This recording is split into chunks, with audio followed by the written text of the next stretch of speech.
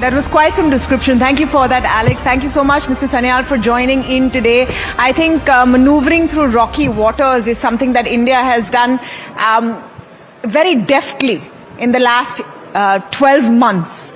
And we're speaking at a time when it feels like we've come to some kind of conclusion of a sometimes painful process when it comes to the India-US trade deal. I'm going to start off right on that. Have we really come to a conclusion, or this is an interim sort of a pause? So you have to remember that I'm not just an economist, but also a historian. There is no end to history. So, of course, it is an iterative process, but the last few years have been particularly tough. We had the COVID situation. Then we had a major disruption in the global trade system, which, by the way, predates President Trump. It was already under enormous strain and breaking down. And then we had the last 1 year of disruptions. But I think on the whole, we can say that India has managed to get some very good trade deals in the bag. Not just the latest announcements, but we had some with the Australia, UAE, the UK, the European Union, and of course now in the next few weeks, one with the US as well. But at every stage, one important thing should have come across, that we never escalate things, but we do not easily back down either. So we are clear about what we consider to be national interest, and we will be patient if necessary, but we will get more or less the deal we want, and the trade-offs we will make will be the ones we think work very much in our favor. You know, that's interesting you say, and you put it like that, because when you talk about the art of the deal, we were in that conversation with someone, an individual who prides himself on cracking the best deal. Today, anyone looking at it is trying to figure out, did India get a good deal? Do you think we can emphatically say yes when it comes to the India-US trade deal? Well, I think we have done a good job, but as I said, I am not the person who did the negotiation, so please don't be under impression. No, I'm talking about what we know, so far. Yeah, so as far as I understand it, we have a very solid deal in the pipeline, and you will be getting, I think, Minister Piyush Goyal shortly, so he would be able to give you much more detail. But my understanding is that we got what we wanted, and I think so did the US. So it should be a good deal from both sides. Has it also come at a time when not just India and not just the United States, but world over, there is a move towards becoming more and more self-reliant? And India can very clearly say that we had this in mind. We were on this path much before everyone else. Not protectionism, but self-reliance. How do you see the way India sits right now with both these imperatives? So I think we began to talk about self-reliance, but I want to distinguish here between the kind of sort of import substitution kind of mindset of the 1950s and 60s with what we mean by self-reliance now. Self-reliance now is much more focused on what is geostrategically important to us, or economically it's sort of a backbone. We don't try to protect everything. We also have an outward orientation towards exports, which we didn't have in the 50s and 60s. That was much more of a fearful response to a history of having been colonized, whereas we have a much more outward expansionist approach to the world. So it is fundamentally different in the approach we take towards when we say self-reliance. For example, we will be willing, if we find that it's not economical for us to do a certain activity, to sort of sign deals with countries or make arrangements that would allow us to function even if other countries are doing it for us. So, for example, hydrocarbons. India is not a hydrocarbon-rich country, even though we keep exploring and trying to find more. But in the end, we have to rely on other countries. Under those circumstances, I hope you have got a sense of the fact that we will make the sort of international, we will build those international relationships necessary to allow us to buy cheap energy for our 1.4 billion people. And if it requires us to do some tricky navigation, we will do so. Are we set for some tricky navigation when it comes to import of Russian crude? It is always the case that we are looking for cheap resources for the Indian economy. And we have, I think, more or less made it clear that we will continue to have this view of the world into the future. That does not mean that we will not take into account the views of our allies, but our allies also have to understand that we have our own imperatives. And I think some adjustments will be arrived at. When you say adjustments, just trying to understand how you look at the facts we have in front of us today. You have one claim that India is going to stop importing Russian crude. And then you look at our import or our crude basket, and one doesn't understand how that's going to happen anytime soon. As I said, our main interest as the government is to make sure that our economy gets cheap fuel. Because we are not a country that has been blessed with a huge amount of hydrocarbons. So we do need to import gas, crude, and so on. And we will buy it from the cheapest available source. But obviously, we will take into account the global sensitivity and so on. But as I said, we also expect our allies to understand our circumstances. So accommodation is made, as was made over the last few years. Irrespective of all the rhetoric, the fact of the matter is the world did adjust to the fact that we purchased Russian oil. And if cheap resources are made available to us from other sources, we will certainly explore this as well. Are they available at this time? Is that, as I said, this is an evolving thing. If tomorrow you ask us to begin importing Venezuelan crude, can we do it? No, because our refineries will not necessarily be able to do heavy crude from Venezuela tomorrow morning. Over a period of time, can we adjust to them? Yes. So these are circumstances that evolve, and we evolve with them. But of course, as I said, we take into account the sensitivities of other countries. And as I said, similarly, we expect them to take our sensitivities into account as well. That is a completely reasonable expectation. But I wish to juxtapose it with what we have seen on other deals. I can't talk about others. I think India has been reasonable all through. So we will continue to be reasonable.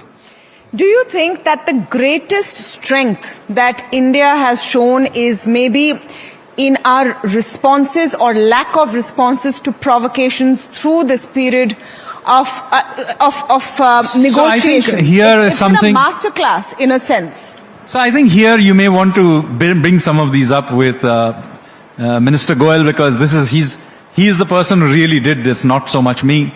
But as I said, and I've said before in others as well, we were clear about what it is that we wanted, and we were firm. At no point did we escalate matters, but also at the same time, at no point did we back down. And I think people respect ultimately the fact that, we were clear about what we wanted and stood by it. People understand that, we have a government that stands by national interest. It's not so difficult to understand what is our national interest. And ultimately, they are adjusting to them. Okay. Mr. Sanyal, you are, of course, member of the Prime Minister's Economic Advisory Council. You're an economist yourself. And we've just concluded a budget. We've looked at our growth forecast. We're one of the fastest growing economies in the world. With these 5 trade deals under our belt and the situation easing for exporters, do you see India perhaps now growing faster than what has been penciled in? So I think we are expecting this year we are growing by about 7.4%. I think that's what the chief economic advisor had also stated in the economic survey. I think that's a reasonable clip. Actually, 6.8 to 7.2 is the range, and then we're wondering so if it's going to be a plus. we are now doing it about 7.4. That is our sense of what we'll do. We did better than what we had originally expected. Given that we have done this with very troubled external environment and with no stress to our own macros. I mean, inflation is running at below 2%. In fact, some people argue too low. And other indicators of the macros are also in good shape. The current account is in decent shape. The fiscal deficit is slowly coming down. We expect 4.3% for the central government of GDP, which is not bad at all. And very importantly, the financial system has been cleaned up. I mean, the banking system, which when I was at Finance Ministry as Principal Economic Advisor, one of the things we used to spend a lot of time thinking about and worrying about was the banking system. Today, the net NPA level of the banking system is down to 0.5%. Healthy by any standards around the world, well capitalized and in good shape. So we are generating this sort of growth without those stresses, suggesting to me that we can not just sustain this, if the circumstances open up, let's say because of the trade deals and other things, we may be able to sustain significantly higher growth rates into the future. Now, I'm not one of those who believes in pressing the accelerator unnecessarily hard when you don't need to, but the space is opening up. Now, obviously, I can't predict how the world will behave in the next 5 years, but if the world is growing at a reasonable clip, and at least we are able to create these spaces for our exports, then we may be able to do above 7% type growth rates on a sustained basis without stressing our macros. I keep coming back to this. Doing high growth rate while stressing your macros is not sustainable. So the game is really about doing those high growth rates without your inflation and other macroeconomic indicators blowing out. And I think we will be able to do that. Do you think our exporters, now that they have got the fillip they need, will be able to compete better? If I look at the tariff rate in comparison to neighboring countries vis-a-vis the United States, we're well placed. But tariff rate is one part of it. There are many other reasons why India has not been firing on the export cylinder as much as others. So first of all, remember, we are now a services export hub. Those exports have continued to do decently well. In fact, we export more services than goods now. But even on the good side, there are many things that fall in place. First of all, if you had gone back 10 years and asked people, what is it that gets in your way from being a great exporter from India? Many of the things they've talked about, for example, infrastructure. These are no longer considered to be binding constraints. I'm not saying we can't improve our infrastructure. I'm just saying they're no longer binding constraints. Similarly, many of our companies didn't have scale then. Not true of every sector. But now we do have some seriously large companies in India in many, many areas and nobody can deny that. And very profitable ones as well. And coming out of COVID, the twin balance sheet problem wasn't just about the banks, it was also about the corporate balance sheets. Our corporate balance sheets can now take a, serious space for not just investment, but also doing R&D and doing other things as well. Yet they don't invest. Well, you may want to ask them why they don't. Why do you think so? They say, I need to see the demand.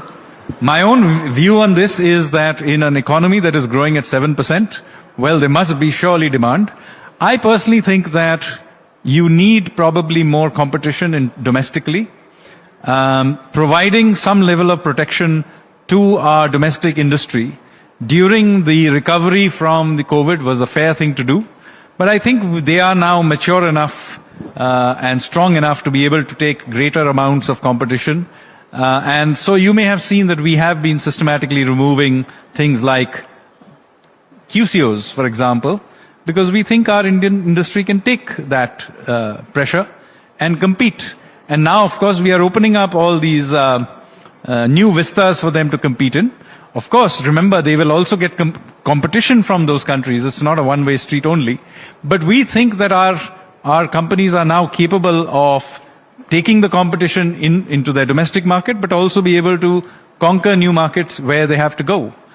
And so, obviously, that requires many other things, including, I think, an exchange rate, which is by any measure is hugely competitive right now. Do you see the rupee stabilizing though? I never comment on where the rupee will go, but I will say the rupee is very competitive.